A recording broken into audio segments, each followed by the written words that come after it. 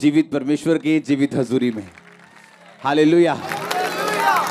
अपने पड़ोसी को बोलो, बोलो साल्वेशन फ्री है, मुक्ति फ्री है, लेकिन मसीह का एक मूल्य है। हालेलुया। अब आए, आपने यीशु मसीह को कबूल किया, आपने कुछ नहीं दिया, फ्री है, क्योंकि साल्वेशन क्या है, लेकिन मसा फ्री नहीं, और मसा पैसों से खरीदा नहीं जा सकता। मसीह के लिए आपको मूल्य देना पड़ता है। आपको क्या देना पड़ता है? मूल्य देना पड़ता है।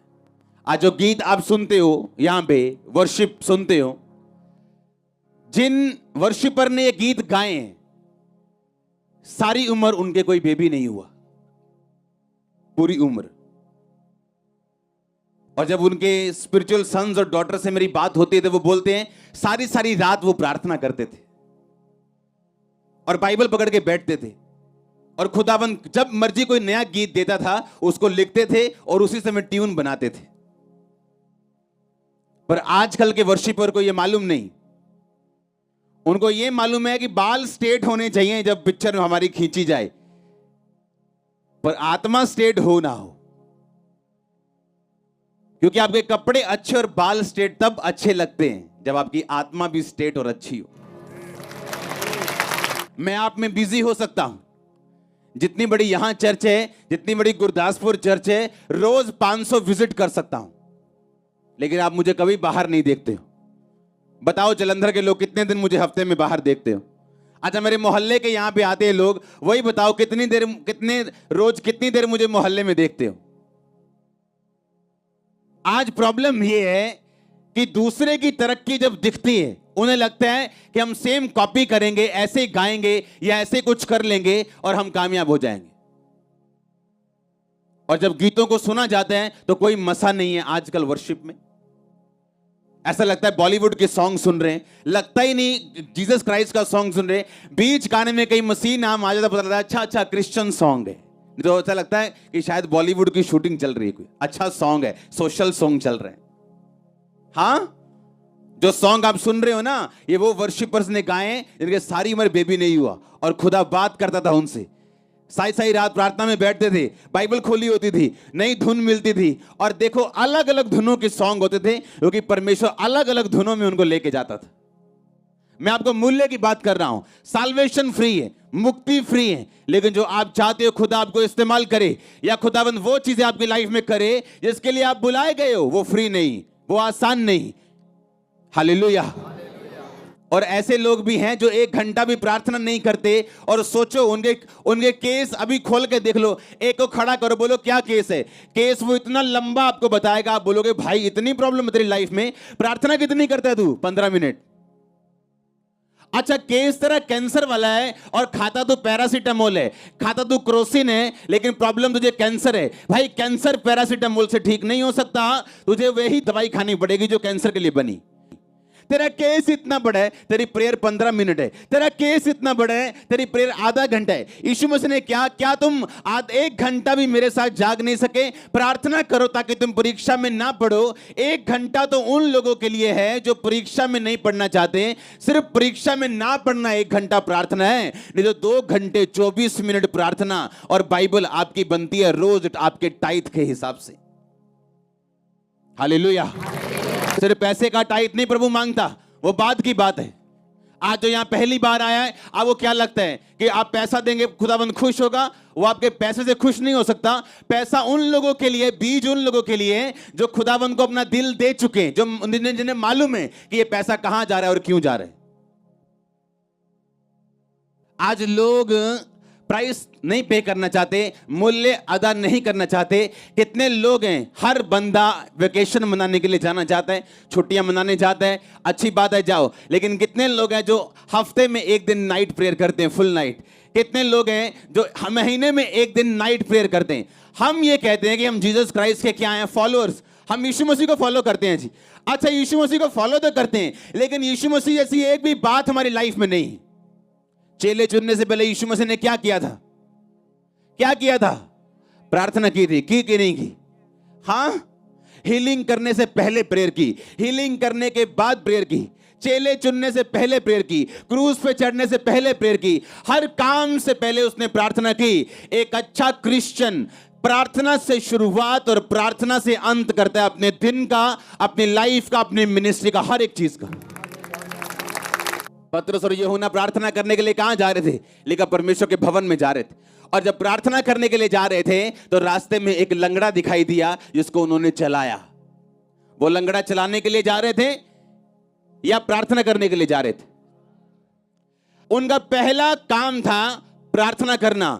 इसलिए नहीं कि लंगड़ा चले, इसलिए कि जब परमेश्वर के साथ आपका संबंध होता है और आप पाप में नहीं होते तो आप प्रार्थना करते हैं, क्योंकि प्रार्थना वही बंदा नहीं करता जिसको मालूम है मेरी जिंदगी में ऐसा पाप है जिससे परमेश्वर खुश नहीं।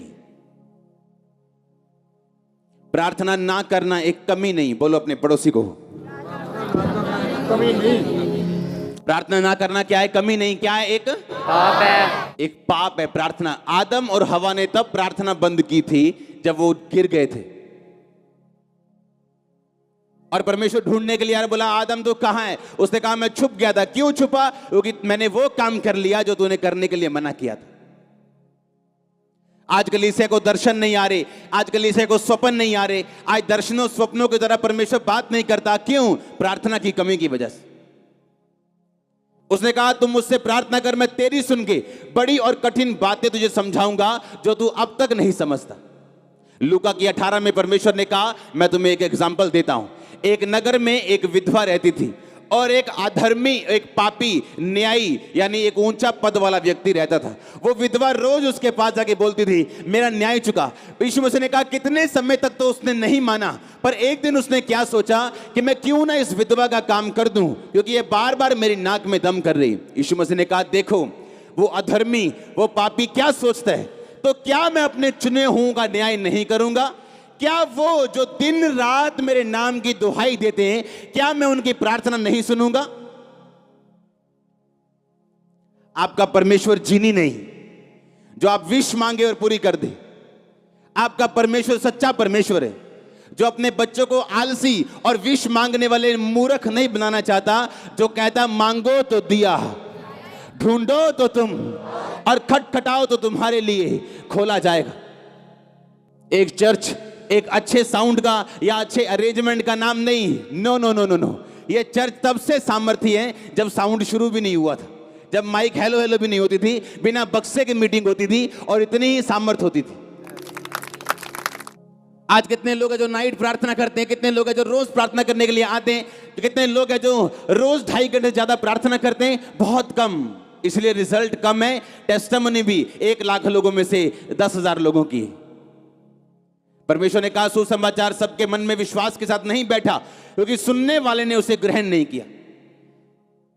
एक बंदा बैठा है, सेम गवाहियां सुन रहा है, सेम वचन सुन रहा है, सेम सब कुछ देख रहे हैं, पर एक बंदा विश्वास के साथ रिसीव कर रहा है कि नहीं, मैंने परमेश्वर के सामने कोई कंडीशन नहीं लगानी कि पहले ये काम करेगा मैं तुझे मानूंगा। बाइबल कहती है वो सब कुछ पूरा कर चुका और कहता अगर तू विश्वास करे तो मैं तेरी जिंदगी में काम करूंगा। That's it.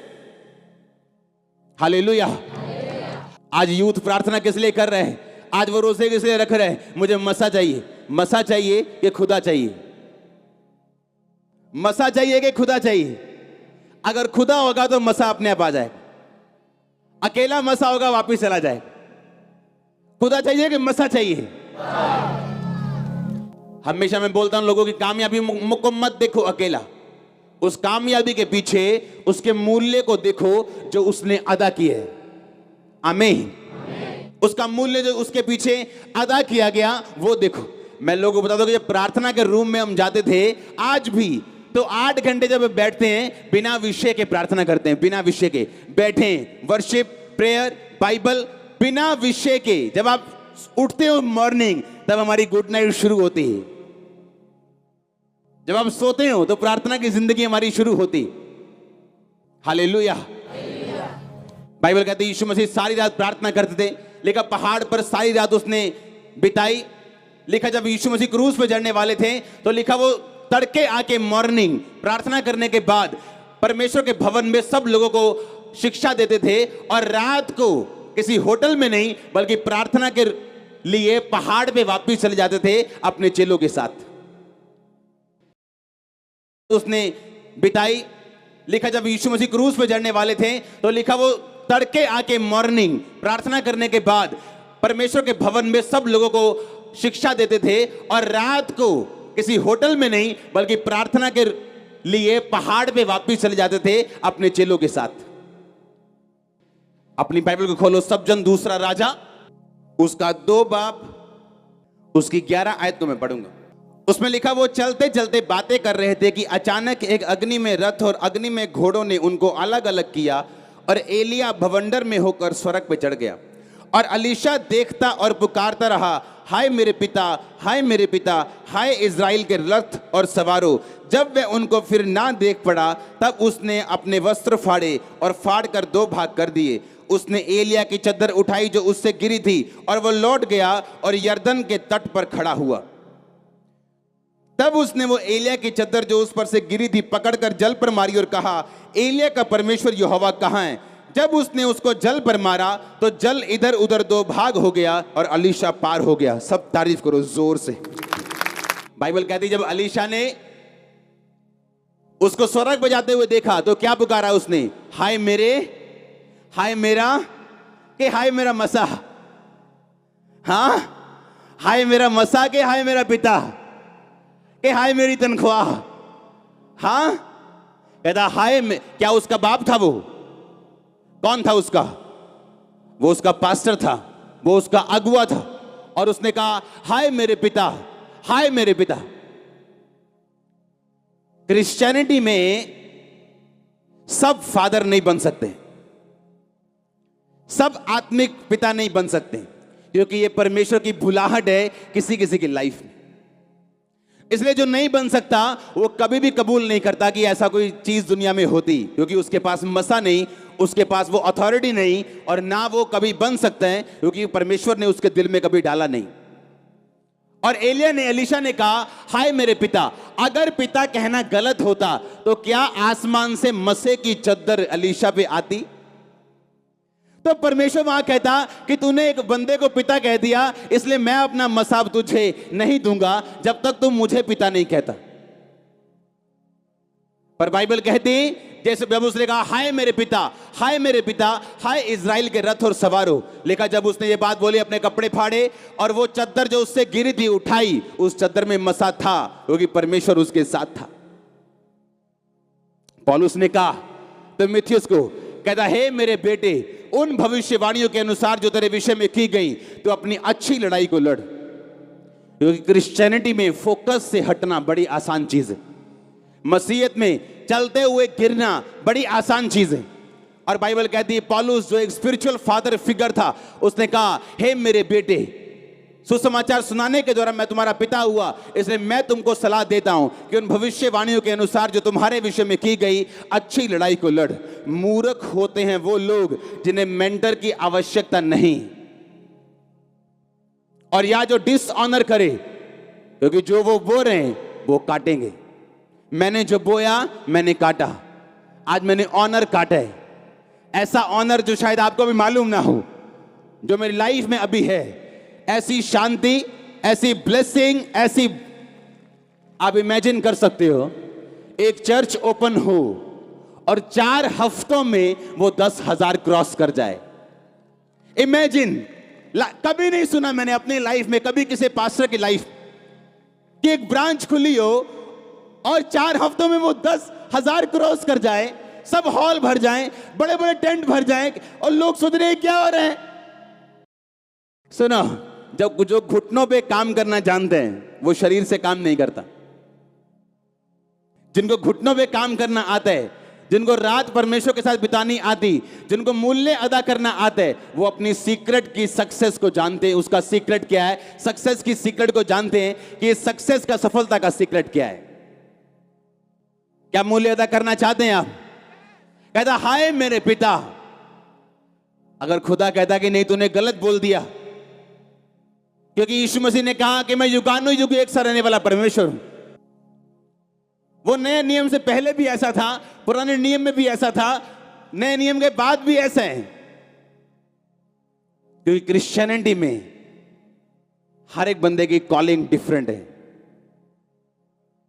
ये परमेश्वर का चुनाव है जो माता के गर्भ से वो करता है, और जब वो बंदा उस चुनाव को पकड़ लेता है, उसे सिद्ध करता है, तो उसको कोई हटा नहीं सकता। क्या आपने अपने चुनाव को सिद्ध किया? जो परमेश्वर ने आपकी लाइफ में करना वो चाहते हैं, क्या आपने उसको पकड़ा? क्या आप सोचते हो बिना प्रार्थना क्या आप उसको पकड़ पाओगे?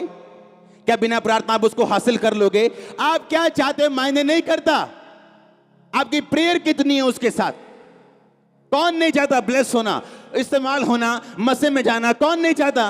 पर हर बंदा पहुंचता नहीं। क्यों? आपको उसके साथ मूल्य अदा करना पड़ता है। आज जो गाड़ी में आया वो कहता है मैं बड़ी गाड़ी में आऊं, बड़ी गाड़ी वाला कहता है उससे बड़ी में आया हूं, हाँ जो साइकिल पे आया होता है बाइक पे आऊं। आपके चाहने से कुछ नहीं होता, आपके पास करेंसी होनी चाहिए।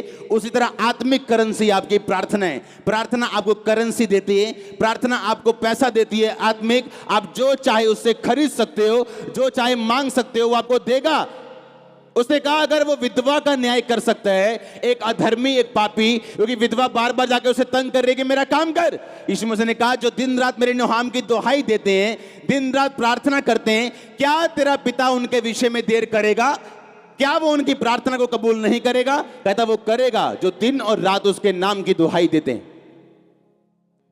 पौलुस लिखा है प्रार्थना करने के लिए जा रहा था और रास्ते में एक अमीर औरत कहती है अगर तू खुदा का मुझे भक्तन समझता है तो मेरे घर में जाके प्रचार कर, और उसका पूरा घराना बचाया जाता है। और तब उसको मिलती है जब वो प्रेयर करने के लिए शहर से बाहर जा रहा था, प्रार्थना करने का एक स्थान ढूंढने के लिए, क्योंकि प्रार्थना करने का एक वैल्यू थी, एक महत्व था, एक स्थान था, एक बड़ा स्थान था प्रेयर का। ये नहीं सब काम पूरे हो गए, कुकर में दाल रखी, हाँ और याद है अभी 2 सीटी हो गई, 3 हो गई, 4 हो गई, और साथ में प्रेयर भी धोखा भी दे रहे खुदा को, साथ में धोखा भी चल रहा है, साथ में कुकर की सीटियां 6 हो गई, 7 हो गई, अलाई ये कुकर दो कुड़िए दाल ला दे, हो गया 7 सीटियां। कौन सी प्रेयर है ये? कौन सी प्रेयर है ये? मेरे बच्चे जानते जब रात को पापा ने प्रार्थना करना है तो पीछे नहीं जाना है। मेरी वाइफ जानती टाइम हो गया प्रेयर का, अब मॉर्निंग मिलेंगे तड़के, अब नाइट प्रेयर में कोई फोन नहीं, कोई काम नहीं, कोई जो मर्जी हो जाए, कोई काम नहीं।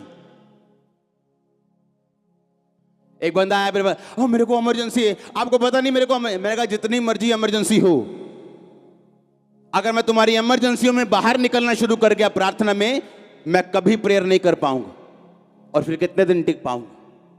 प्रार्थना कर ताकि तू परीक्षा में ना पड़े। कोई इमरजेंसी नहीं प्रार्थना के टाइम। प्रार्थना में व्हाट्सएप चेक हो रहा है, अच्छा मैसेजेस चेक हो रहे हैं, फोन ऑन है, व्हाट्सएप ऑन है, गाने ऑन है, चाहे मसीह गाने क्यों ना हो। वर्शिप करने के दौरान गाओ, सुनो, बंद करो, प्रार्थना में बैठो, उसके बाद सुनो तो सही परमेश्वर क्या कहता है। राशन लिस्ट देनी बंद करो परमेश्वर को, आधा घंटा की राशन लिस्ट।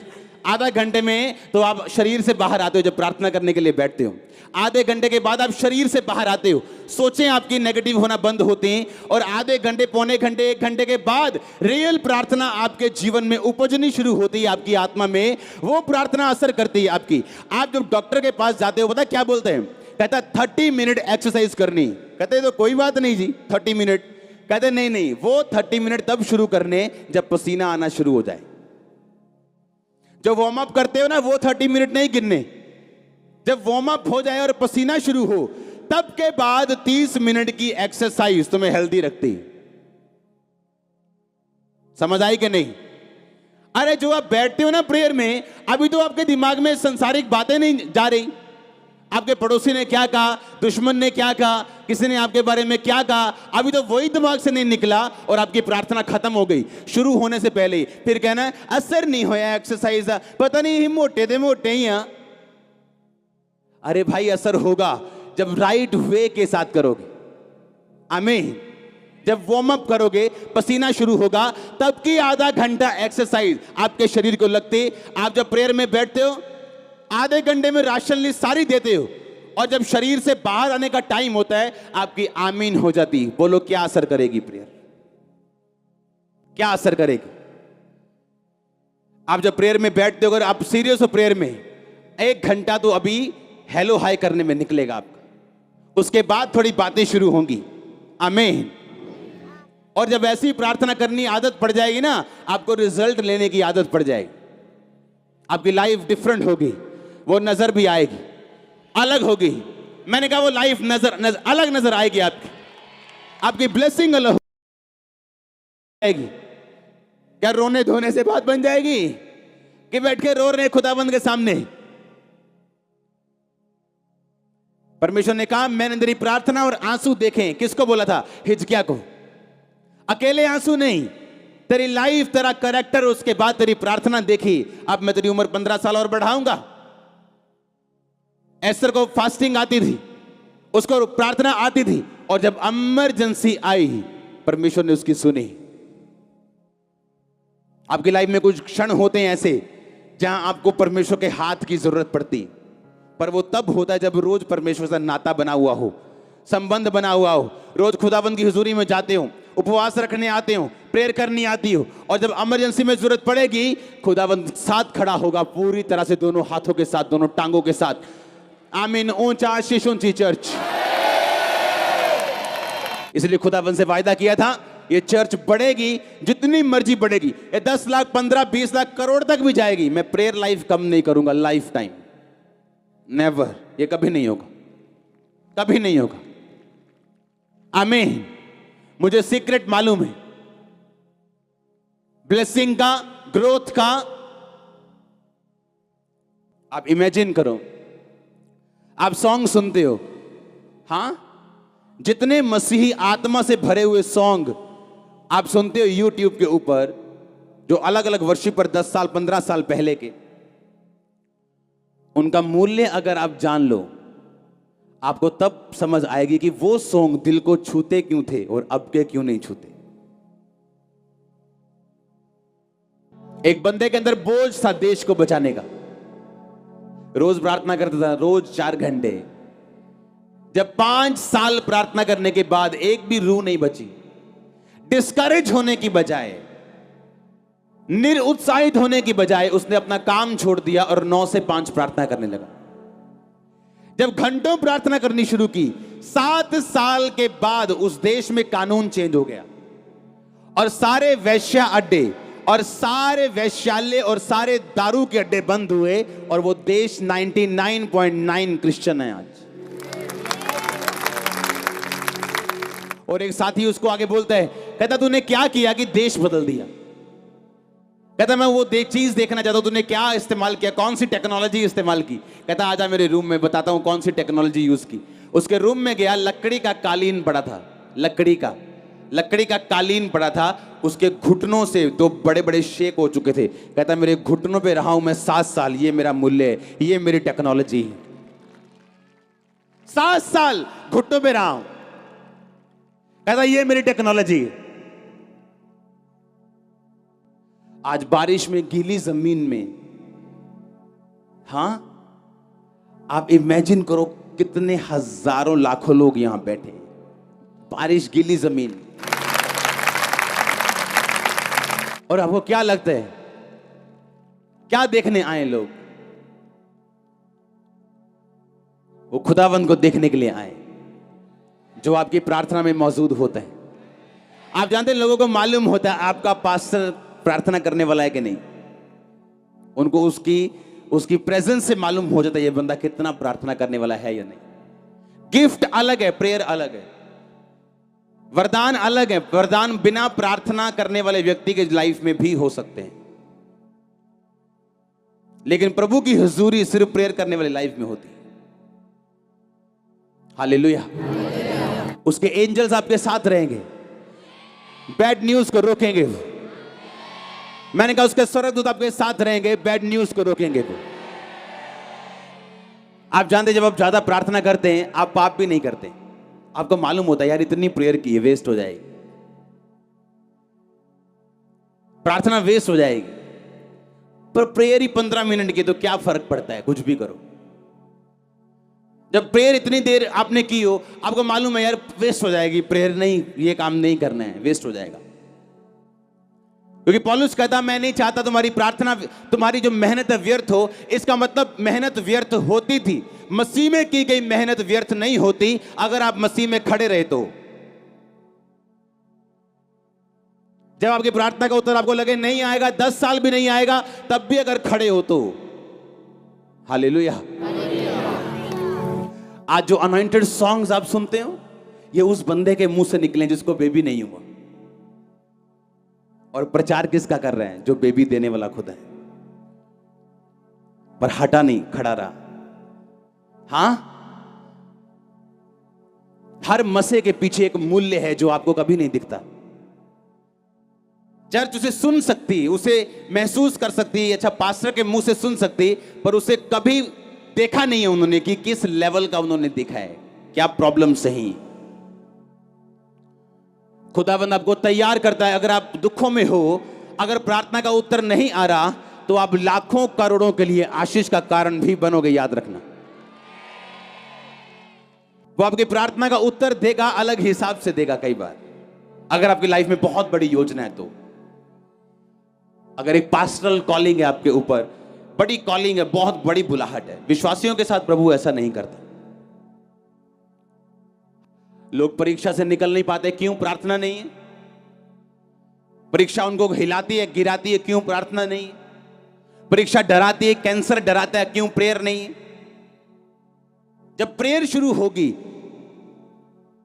आपके घर में जितनी मर्जी अच्छी कंपनी की पानी वाली मोटर लगी हो, अगर वोल्टेज नहीं है, उसका कोई फायदा नहीं। प्रार्थना वोल्टेज है। गिफ्ट जो आपको खुदा ने दिए हैं, वो आपकी मोटर है। वो जब वोल्टेज होगी प्रेयर की, वो काम करेंगे। वो कॉन्टैक्ट काम करेगा जो आपके मोबाइल में है लेकिन किसी काम नहीं आया। आपका रिश्तेदार अच्छा है लेकिन आपके किसी काम नहीं आया। जब प्रेयर आप करेंगे, खुदावंद हेवन खोलेगा आपके लिए। हेवन खुलेगा। आप, ये होली स्पिरिट कह रहा है। अब मैंने कहा हेवन ओपन होगा जब घुटनों पे आ जाओगे अपने यीशु मसीह के नाम में। तैयार हो घुटनों पे लड़ने के लिए, मूल्य अदा करने के लिए, प्रार्थना करने के लिए, और वार्म अप करना भूलना नहीं। आमीन। आधा पौना घंटा वार्म अप चलता है। जब वार्म अप खत्म हो जाएगा तब प्रेयर शुरू करना, वर्शिप करना, थैंक्स करना, तब तक बाकी काम करना। आमीन। आज हर वो शैतान की ताकत जो प्रार्थना में रुकावट है, यीशु मसीह का दास होने के नाते आपकी लाइफ से उसे मैं बांधता हूं और उस ताकत को निकालता हूं आपकी लाइफ से। मैंने कहा उस ताकत को मैं बांधता और निकालता हूं आपके लाइफ से यीशु मसीह के नाम में। हालेलुया। काश यूथ सीरियस होता। आपको चाइना का यूथ दिखाता हूं, रोते हैं। खुदावंद बेदारी दे। रोते हैं, बाइबल पढ़ने की इजाजत नहीं, सरकार मीटिंग करने की इजाजत नहीं देती, चर्च नहीं है वहां पे। गुफाओं में 10-10 हजार लोग सुबह 4 बजे इकट्ठे होते हैं वर्शिप करने के लिए। गुफाओं में, अंडरग्राउंड 10-10, 25-25 हजार लोग इकट्ठा होते हैं वर्शिप करने के लिए। सुबह 10 बजे नहीं, रात को 4 बजे। सरकार के उठने देखने, लोगों को, सरकारी अफसरों के आने से पहले। और आप पंजाबी यूथ, इंडियन यूथ, सब कुछ आपके सामने खुला पड़ा है और आपको फॉरेन जाना है, किसी को शादी करनी है, किसी को सेवा करनी है। क्यों? क्योंकि सेवा में बड़ा पैसा आ रहा है लोगों को। कहते यार कोई काम नहीं यार, सफल हो रहा, पास्टर बन जाइए। अरे तुम अपने कामों में फेल हो, तुम पास्टर बनने के बाद भी फेल होने वाले, क्योंकि पास्टर बनना जिम्मेवारी का काम है। आमीन। बैंक मैनेजर पूरे बैंक में रखे हुए पैसे का मालिक नहीं होता, वो मैनेजर होता है। कलीसिया का पास्टर कलीसिया के पैसे का मैनेजर है, मालिक नहीं।